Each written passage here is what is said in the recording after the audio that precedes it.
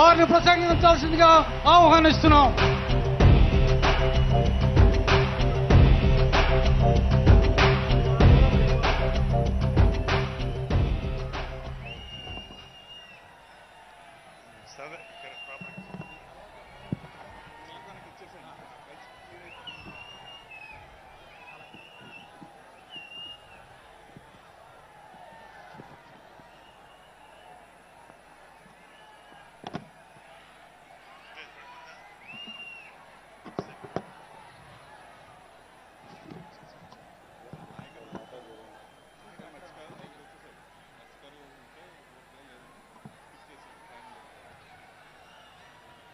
Hello,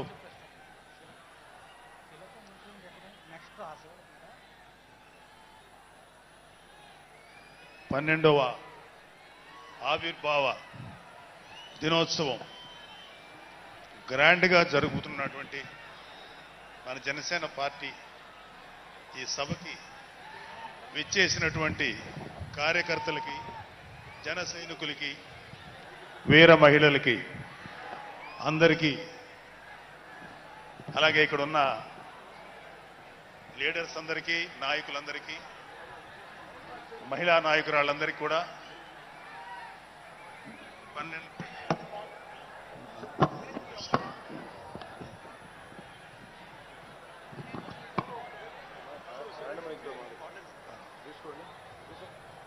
12వ Janasena ఆవిర్భావ దినోత్సవ శుభాకాంక్షలు తెలియజేస్తున్నాం.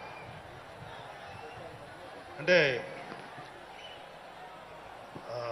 కొంచెం 2 minutes ఎక్స్ట్రా ఉంటుంది తాతారావు గారు, కొంచెం నన్ను అలౌ చేయండి. 2 నిమిషాలంటే కొంచెం కష్టం. సో కొన్ని సందర్భాల్లో మాట్లాడటం, మాటలు కరువు అవుతాయి, ఏం మాట్లాడాలో అర్థం కాదు. ఎందుకంటే ఒక సంవత్సరం, దాదాపు 9 నెలలు 10 నెలల క్రితం మనం అధికారంలో లేవు.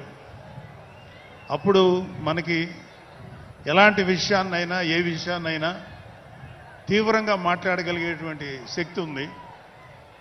కానీ ఇప్పుడు అధికారం వచ్చిన తర్వాత మనం ఒళ్ళు దగ్గర పెట్టుకొని చాలా కేర్ఫుల్గా ఉండాలి.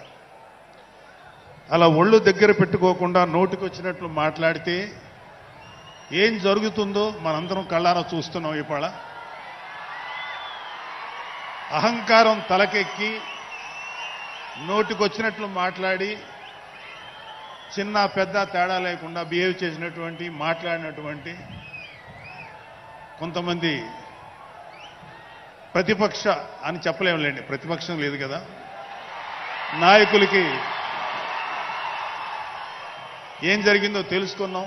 కాబట్టి ప్రతి మాట ఆచితూచి మాట్లాడాలి. సో అందుకని కొంచెం అది కూడా కాకుండా మేమందరం కూడా మాకు కొన్ని లిమిటేషన్స్ ఉన్నాయి. మన ప్రెసిడెంట్ గారు ఏమాత్రం ఒక మాట తేడాగా మాట్లాడినా ఏ విధంగానూ స్పేర్ చేయనటువంటి వ్యక్తి, ఒక డిసిప్లైన్డ్ లీడర్ ఆయన. సో ఆయన ఆధ్వర్యంలో చాలా జాగ్రత్తగా పనిచేస్తాం, జాగ్రత్తగా మాట్లాడతాం. Thank you very much. అసలు ఒక 12 సంవత్సరాల కాలం అంటే మన హిందూ సాంప్రదాయంలో 12 సంవత్సరాలకి ఒక ప్రత్యేకత ఉంది. మన కృష్ణా, గోదావరి లాంటి నదులకి పుష్కరాలు జరుగుతుంటాయి, చాలా పవిత్రమైన రోజులు అవి. అలాగా మిగతా అన్ని ఆవిర్భావ సభలు ఒక ఎత్తు అయితే, ఈ 12వ ఆవిర్భావ సభ ఒక నదికి వచ్చిన పుష్కరాలు ఎంత పవిత్రమైనయో అంత గొప్ప రోజు ఈరోజు. సో ఈ అవకాశం మనకి ఇచ్చినటువంటి పవన్ కళ్యాణ్ గారికి మనం అందరం సదా కృతజ్ఞులై ఉండాలి. ఇప్పుడు పవన్ కళ్యాణ్ గారు ఆయన సాధించినటువంటి సక్సెస్, ఆయన సాధించినటువంటి విజయం మనం ప్రత్యేకంగా చెప్పుకోకర్లా. 100కి 100% స్ట్రైక్ రేట్ తోటి ఆయన అద్భుతమైన విజయాన్ని సాధించడంతో పాటు అటు రాష్ట్రంలోనూ దేశంలోనూ ప్రభుత్వాలు నిలబెట్టడానికి ఒక వెన్నెముకగా నిలిచారు. సో ఆయన గురించి ప్రత్యేకంగా ఏమీ మాట్లాడక్కర్లేదు, ఎందుకంటే చాలామంది చాలాసార్లు మాట్లాడుతున్నారు. మనం తెల్లారులేస్తే టీవీల్లో అన్ని చోట్ల చూస్తున్నాం. ఆయన తీసుకున్నటువంటి Panchayati Raj, water works, forest department ఎంత ఎఫిషియెంట్గా పనిచేస్తున్నారో, అలాగే మన మినిస్టర్లు తీసుకున్నటువంటి ముఖ్యమైన శాఖలన్నీ కూడా ఎంత ఎఫిషియెంట్గా పనిచేస్తారో మనందరం చూస్తున్నాం. సో స్పెసిఫిక్గా కళ్యాణ్ బాబు గారు ఎంత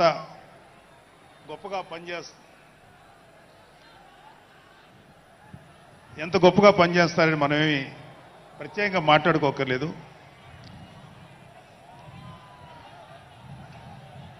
సో అయితే ఎన్ని మాట్లాడినా ఒక విషయం అయితే మనం మాట్లాడుకోవాలి. ఒక సినిమా స్క్రిప్ట్ కానీ ఒక ఉపన్యాసం కానీ దానికి కొన్ని లక్షణాలు ఉంటాయి. అంటే ప్రతి స్పీచ్లోనూ ఒక హీరో, అంటే ఒక సినిమాకి చెప్పిన ఒక హీరో, ఒక విలను, ఒక హీరోయిన్, ఒక హాస్యగాడు ఇలా ఉంటారు. సో మనం వైసీపీ హాస్యగాళ్ళ గురించి చెప్పుకోకుండా ఈ స్పీచ్ని ఎండ్ చేయలేం. ఎందుకంటే జగన్ లాంటి హాస్యనటుడు కనే కళల గురించి మీకు చెప్పాలి. ఆయన ఎలక్షన్స్ అయిపోక ముందు నిద్రలోకి వెళ్ళారు. ఇప్పటికి నిద్ర లేవాలి. అప్పుడప్పుడు నిద్రలో లేచి కలవరిస్తుంటారు. మొన్న కూడా ఒక మాట చూశారు. కళ్ళు మూసి తెరిచేలోగా 9 నెలలు అయిపోయినాయి, ఇంకెంత, ఇంకాసారి కళ్ళు మూసి తెరిచేలోపుగా 5 ఏళ్ళు అయిపోతాయి, ఆ తర్వాత అధికారం మాదే అని ఆయన మాట్లాడుతుంటే అంతకన్నా ఏ హాస్యగాడు కూడా అంత అద్భుతంగా చేయలేడు. అంత అద్భుతంగా హాస్యం చూపిస్తున్నారు ఆయన. కానీ ఆయనకి నా సలహా ఏంటంటే, సార్ మీరు నిద్రలోనే ఉండండి, అప్పుడప్పుడు కలవరించండి, తప్పులేదు. ఇంకొక 20-30 ఏళ్ల తర్వాత మీరు కల్లో నుంచి బయటికి రండి, అప్పుడు దాకా మిమ్మల్ని ఎవరూ డిస్టర్బ్ చేయరు. ఇది నాకు మనస్ఫూర్తిగా నేను మీకు ఇచ్చే సలహా. మీరు 20 ఏళ్ల తర్వాత మేలుకోండి, ఆ తర్వాత మీ ఇష్టం. మేమైతే 20 ఏళ్ల దాకా మిమ్మల్ని హ్యాపీగా పడుకోమనే సలహా ఇస్తున్నాం.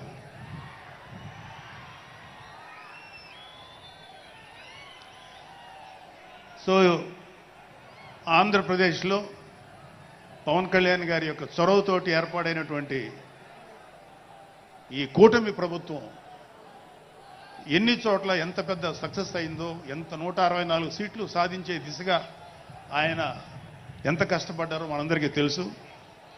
అయితే మా అదృష్టం ఏంటంటే ఇక్కడ పిఠాపురంలో జరుగుతుంది కాబట్టి పిఠాపురంలో ఎలక్షన్స్ ఎలా జరిగినాయో ఒక 2 మాటలు చెప్పకపోతే, నేను పిఠాపురంలో పనిచేసి పిఠాపురం అభిమానుల యొక్క అభిమానాన్ని చూరగొన్న పవన్ కళ్యాణ్ గారికి, అలాగే పిఠాపురం యొక్క జనసైనికులకి, పౌరులకి నేను కృతజ్ఞత చూపించినట్టు అవుతుంది. సో వాళ్ళ కోసం ఈ 2 మాటలు మాట్లాడుతున్నాం. సో పవన్ కళ్యాణ్ గారు పిఠాపురంలో మమ్మల్ని పనిచేయమన్నారు. అంటే నన్ను, మా ఫ్రెండ్ అజయ్ గారిని, అలాగే మర్రెడ్డి గారిని, రత్నం గారిని, శంకర్ గౌడు, మహేంద్ర, పంచకర్ల సందీప్, ఇలా మాకందరికీ పిఠాపురంలో పనిచేసే అవకాశం ఇచ్చారు. మేము పని మొదలెట్టిన తర్వాత మాకు అర్థమైంది ఏంటంటే,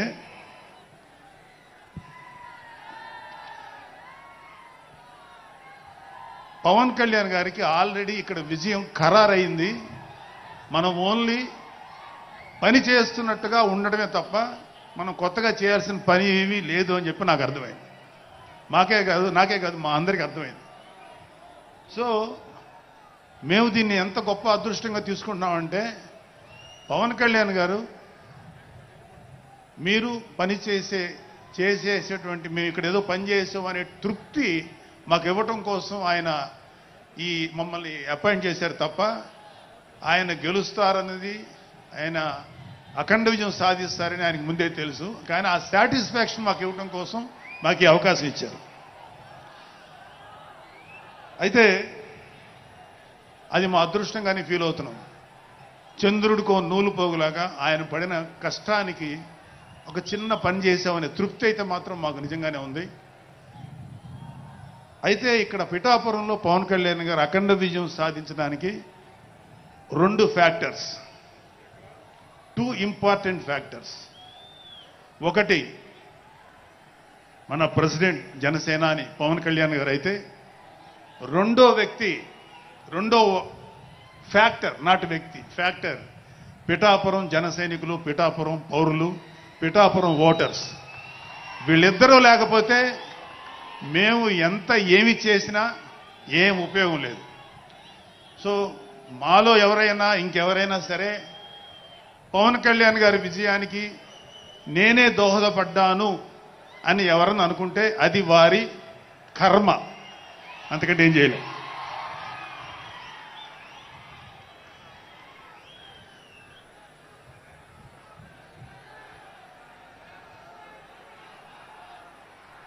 సో ఇక్కడ మన ప్రెసిడెంట్ పవన్ కళ్యాణ్ గారికి ఆయన గురించి చెప్పడానికి ఒక ఇంపార్టెంట్ విషయం చెప్పాలి. అది ఏంటంటే, మొన్న ఈ మధ్యన మా అమ్మగారితో మాట్లాడుతున్నప్పుడు మా కళ్యాణ్ బాబు గురించి ఒక మాట వచ్చింది. యాక్చువల్గా ఇక్కడ నేను ఒక అన్నగా మాట్లాడకూడదు, కానీ నేను ఒక పార్టీ జనరల్ సెక్రటరీగా మాట్లాడాల్సి వచ్చినా కూడా ఒక అన్నగా ఈ ఒక్క విషయం నేను చొరవ తీసుకుని మాట్లాడాలి. సో మా అమ్మని అడిగాను, అంటే ఆవిడ నాతో చాలా ఫ్రెండ్లీగా ఉంటుంది. ఆవిడ అడిగా, ఏదో మాటల్లో వచ్చింది, అమ్మ మమ్మల్ని, అంటే ఏ తల్లి అయినా ఒక ఆడతల్లి, ఒక స్త్రీమూర్తి బిడ్డను కనేటప్పుడు చాలా నొప్పులు పడుతుంది, అదొక పునర్జన్మ అంటారు. అలాంటిది నేను మా అమ్మని అడిగా, నేను పుట్టినప్పుడు ఏమన్నా పెయిన్స్ అనుభవించావమ్మా అని. మా అమ్మ అంది, నువ్వు పుట్టినప్పుడు నేను అనుభవించినది పెయిన్స్ భూమి మీద ఆడది అనుభవించలేదు, అంత కష్టం పెట్టేవాళ్ళు. అది మా అమ్మ చెప్పింది నా గురించి. సరే కళ్యాణ్ బాబు ఎలాగా అన్న. గొప్ప విషయం అంటే నేను షాక్ అయ్యా.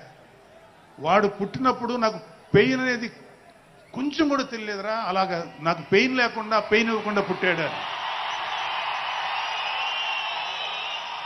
ఈ విషయం నేను కొంచెం షాక్ అయ్యా.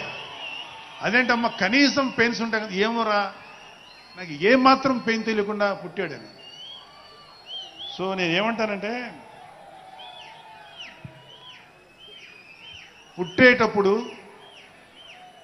కన్న తల్లికి కూడా ఏమాత్రం నొప్పి బాధ ఇవ్వకుండా పుట్టిన పవన్ కళ్యాణ్ లాంటోడు, అలాంటి నాయకుడు ఈ కూటమి భాగస్వామ్యంలో ఉప ముఖ్యమంత్రిగా ఉన్న నాయకుడు ప్రజలకి ఎందుకు బాధలు రానిస్తాడు? వాళ్ళకి ఏ బాధలు కష్టాలు రాకుండా గుండెల్లో పెట్టుకొని చూసుకుంటాడు. అది మనం కళ్ళారా ఈరోజు చూస్తున్నాం. ఇప్పుడు మనం చూస్తున్నది ఆవగింజలో అరవంతు మాత్రమే. కూటమి భాగస్వామ్యంలో పవన్ కళ్యాణ్ గారి భాగస్వామ్యంలో జరుగుతున్న కూటమి ప్రభుత్వం పరిపాలన ఆవగింజల అరశాతమే. ఇంకా చాలా ఉంది. ఇప్పుడు చూస్తుంది just tip of the iceberg. అద్భుతమైన పరిపాలన మనకు రాబోతుంది. రాబోయే 20 ఏళ్లలో ఆంధ్రప్రదేశ్ ఒక స్వర్ణయుగం చూడబోతుంది. ఎందుకంటే ఎప్పుడో స్వాతంత్రం రోజుల్లో కొంతమంది మహానుభావులు పుట్టారు. అలాంటి వ్యక్తి ఈరోజు పుట్టడం, ఈరోజు మన ముందు ఉండటం మన అదృష్టం. అలాంటి వ్యక్తి దగ్గర పని చేయడానికి ఇగో ఈ స్టేజ్ మీద ఉన్న ప్రతి ఒక్కళ్ళం గర్వంగా ఫీల్ అవుతున్నాం. మాకు పదవులు వచ్చినా రాకపోయినా ఆయనకి సేవ చేస్తాం. నేనేమంటానంటే, మీరందరూ తెలుసుకోవాల్సింది, మీరు పవన్ కళ్యాణ్ అంత గొప్పవాడు కండి, తప్పులేదు. రాకపోతే అంతగా అవ్వలేకపోతే ఒక గొప్పవాడికి అనుచరుడిగా మారండి, ఏదైనా మంచిదే. నేను ఆ పని చేశాను. రెండో పని, పవన్ కళ్యాణ్ గారు అంత గొప్పగా నేను అయ్యే దమ్ము లేదు, కానీ ఆయనకి అనుచరుడిగా మాత్రం నాకు అవకాశం ఇచ్చారు. అది నేను చాలా సంతోషపడతాను. ఎందుకంటే ఇవాళ కళ్యాణ్ బాబు లాంటి వ్యక్తి, ఇక్కడ ఉన్నటువంటి మా నాయకులు ఎవరైనా సరే, మేము చూస్తున్నది కేవలం ఒక జనరేషన్ కాదు, రాబోయే 3-4 జనరేషన్స్. అంటే మీరు, మీ పిల్లలు, మీ గ్రాండ్ చిల్డ్రన్ ఎంత మంచి ప్రపంచాన్ని చూడాలి, ఎంత మంచి జీవితాన్ని చూడాలి, ఎంత చక్కటి అవకాశాలు రావాలి అనేటువంటి ఆలోచనతోటే ముందుకెళ్తున్నాం. ఖచ్చితంగా రాబోయే 20 ఏళ్లలో ఇది జరిగి తీరుతుంది. పవన్ కళ్యాణ్ గారు ఒక జనరేషన్ కోసం కాదు, రాబోయే 2-3 జనరేషన్ల కోసం కూడా ఆలోచించగలిగేటువంటి గొప్ప నాయకుడు. ఇంకొక చిన్న విషయం ఏంటంటే, నాకు ఎమ్మెల్సీగా అవకాశం ఇచ్చినటువంటి మన ప్రెసిడెంట్ పవన్ కళ్యాణ్ గారికి నా హృదయపూర్వక కృతజ్ఞతలు. అలాగే నేను ఎమ్మెల్సీ కావటానికి నన్ను ప్రోత్సహించినటువంటి వ్యక్తులు, లేదా నేను ఎమ్మెల్సీగా ఉండాలని కోరుకున్న మీలాంటి ఎంతో అభిమానించే కార్యకర్తలు, అలాగే మా నాయకులు, ఆ రోజు నాకు సపోర్టుగా వచ్చినటువంటి మా నాయకులందరూ, మనోహర్ గారు, రామకృష్ణ గారు, విష్ణుకుమార్ రాజు గారు, లోకేష్ గారు, వీళ్ళందరికీ కూడా నా హృదయపూర్వక కృతజ్ఞతలు. అంటే దేవుడు అనేవాడు మనం అడిగితే వరాలు ఇస్తాడు, ఖచ్చితంగా వరాలు ఇస్తాడు. కానీ అడగకుండానే వరాలు ఇచ్చేవాడు పవన్ కళ్యాణ్. అతను ఏమని పిలవాలో మీరే డిసైడ్ చేసుకోండి. చివరగా ముఖ్యమైన విషయం ఏంటంటే, జనసేనకి ప్రాణవాయువు లాంటి వాళ్ళు కార్యకర్తలు, వీర మహిళలు, జన సైనికులు, అభిమానులు. నేను ఒక జన సైనికుడిని అని చెప్పుకోవటంలో ఉండే ప్రైడ్ నాకు ఇంకా ఏ విషయంలో రాదు. చాలా గర్వపడుతుంటాను. సో అలాంటి జన సైనికులకి మీ అందరికీ మేమందరం అండగా ఉంటాం. ఏదైనా చిన్న చిన్న ఇబ్బందులు తలెత్తినా అవన్నీ సరిచేస్తాం. ఇంకొక విషయం ఏంటంటే, జనసేన పార్టీ ఒక్కటే మీరు ఒక కార్యకర్త స్థాయి నుంచి అత్యంత ఉన్నతమైన స్థాయికి చేరుకోగలిగేటువంటి డెమోక్రటిక్ వాల్యూస్ ఉన్నటువంటి పార్టీ జనసేన. కాబట్టి జనసేనలో ఉండండి, జనసేనని ప్రోత్సహించండి. మీకే కాదు, మీ బిడ్డలకు కాదు, మీ మనవలకు కాదు, రాబోయే తరాలందరికీ జనసేన అండగా ఉంటుంది. మీ అందరికీ మేము ఫుల్ సపోర్ట్ చేస్తాం. మిమ్మల్ని అందరినీ గుండెల్లో పెట్టుకొని చూసుకుంటాం. ఎందుకంటే మా వెనకాల ఉన్నది ఒక శక్తి, దట్ ఈజ్ పవన్ కళ్యాణ్. జై పవన్ కళ్యాణ్, జై జనసేన, జై హింద్. గౌరవనీయులు